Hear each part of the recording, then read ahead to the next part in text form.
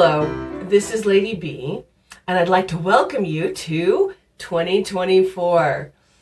And as we start this new year, I thought it could be fun to look back over the last year and think about the things that I have learned about natural beauty and care in that time. The first thing I've learned is, and I kind of already knew this, but that is that it is a lot of fun to do seasonal treatments for skin and hair and teeth and nails and all these things that are part of natural care.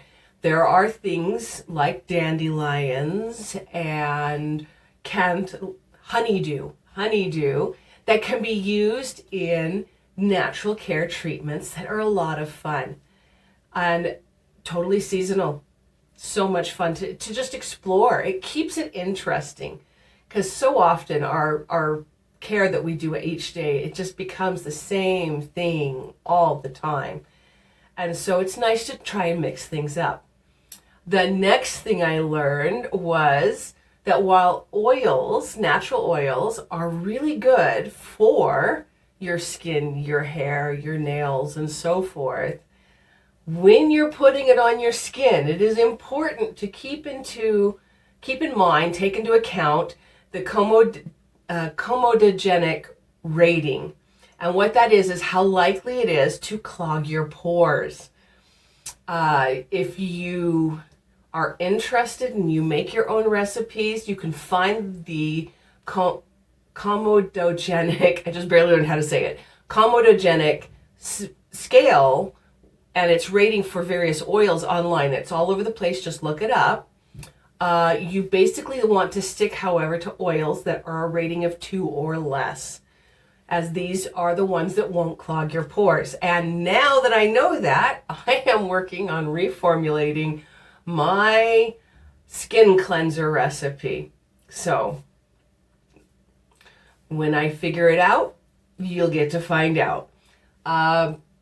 Another thing I have learned this year is that pertaining to using a boar bristle brush, as long as you clean it after every use, just clean out the hair and anything else that's gotten in it after every time you've used it. When used correctly, you don't actually need to wash it more than about once a month. And this is because you can leave the oils that has collected in the brush and has been absorbed by the bristles. And after you wash your hair will tend to be a little dry, especially on the ends.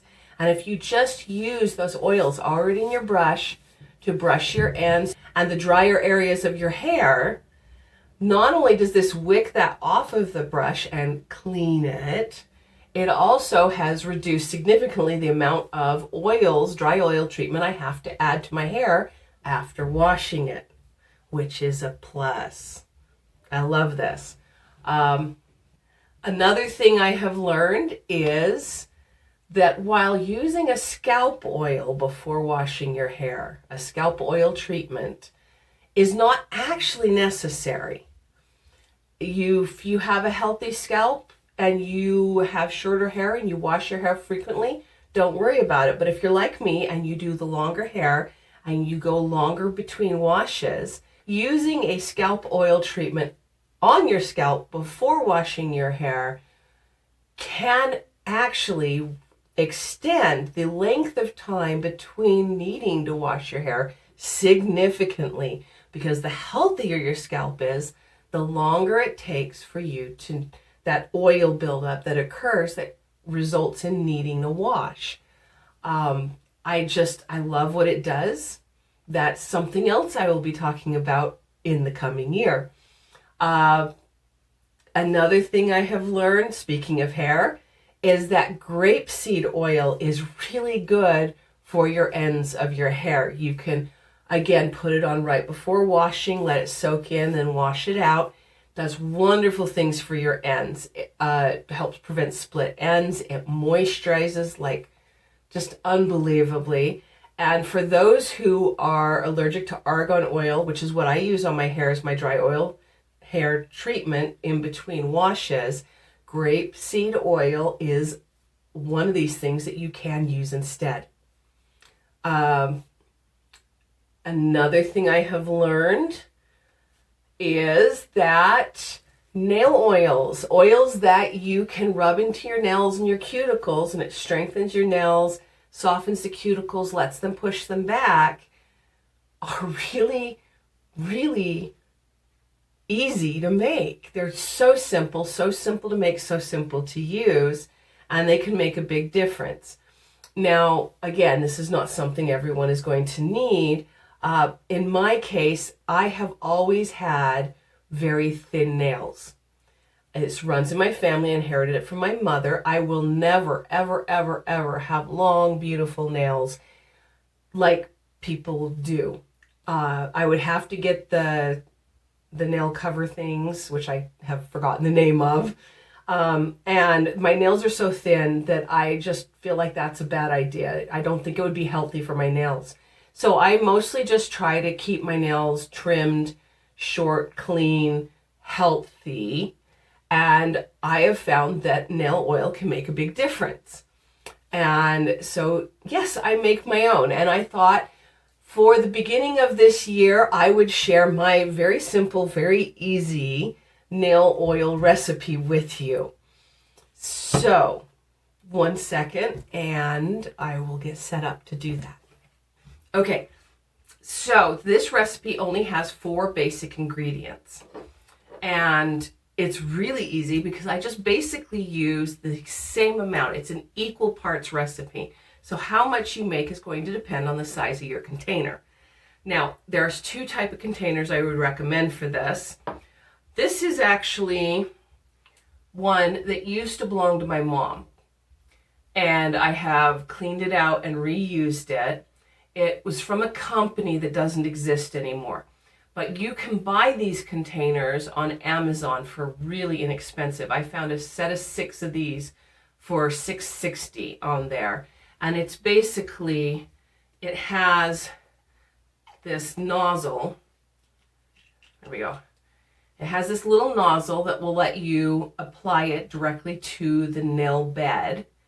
And the lid, and this is important, screws on, and that keeps it from spilling or making a mess anywhere. And this is the one I am currently using, and I love these bottles. I actually do prefer these, but I am making one for someone else, and I did not have time to order one of these online, so I have gone with the other option, and that is a eyedropper bottle. This is a glass bottle with an eyedropper. The glass is tinted, so it will protect the oil better than my little plastic one does. I like these for the application, but if you're not going to use it very often, it's not a bad idea to get one of these tinted glass bottles, because that tinting helps protect the oils from degrading from sunlight. And you can still get a targeted application by using the eyedropper. So now that brings us to my oils. This is a 1 ounce bottle, so it can do up to 2 tablespoons or 6 teaspoons. This is actually the same size. The wall is thicker, so this looks bigger, but they actually hold the same amount. Now, my 4 ingredients are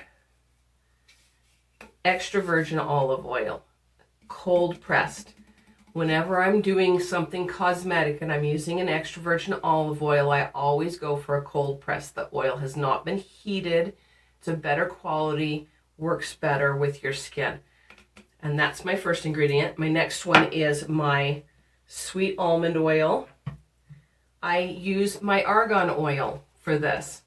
Now, I don't know for sure if this will work, but grapeseed oil can be used as a substitute for argan oil in a lot of cosmetics. They're very similar.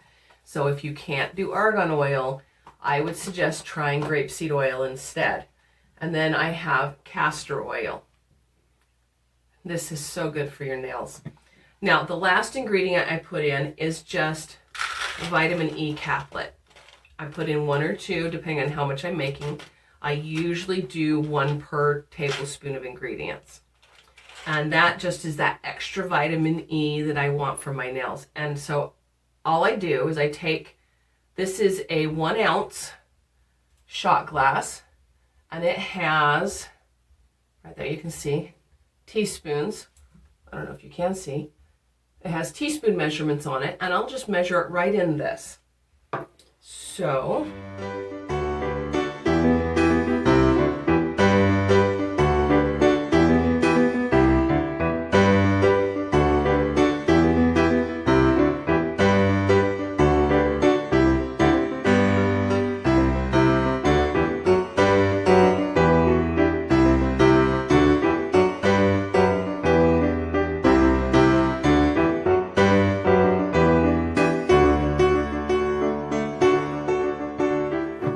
main ingredients are in.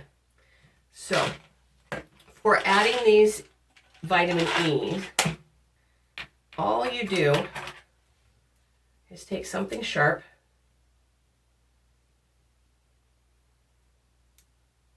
snip the end, and squeeze it in.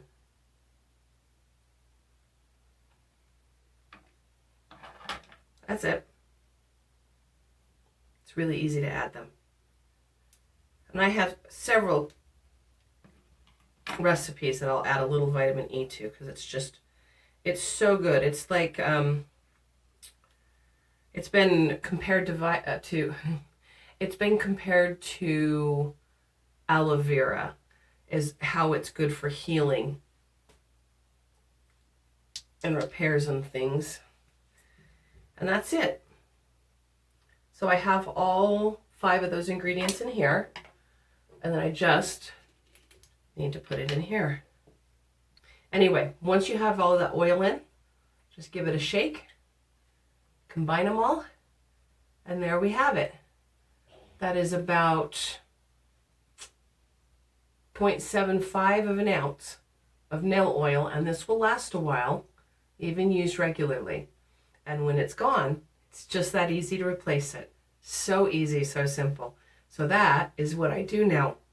Make my own nail oil, keep it by my computer so it's somewhere where I'm going to be frequently. And then as I'm working there, I can just drip some on my nails, rub it in, keep them strong and healthy. Now, I love you all, whether new or old. If perhaps there's something you've learned about natural care and beauty in this last year, I would love to hear about it.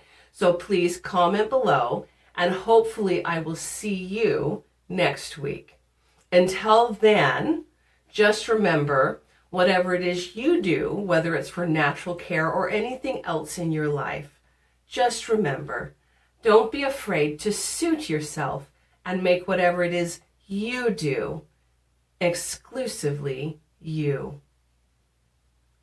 Let's make 2024 a great year. Usually I don't spill this. I did a terrible job of that. Oh, spilled a lot of that. There. Clean that better later. So, lesson is, use a little funnel if you have one. I'm not sure where mine went. I would love to hear about it. Oh gosh. I like that.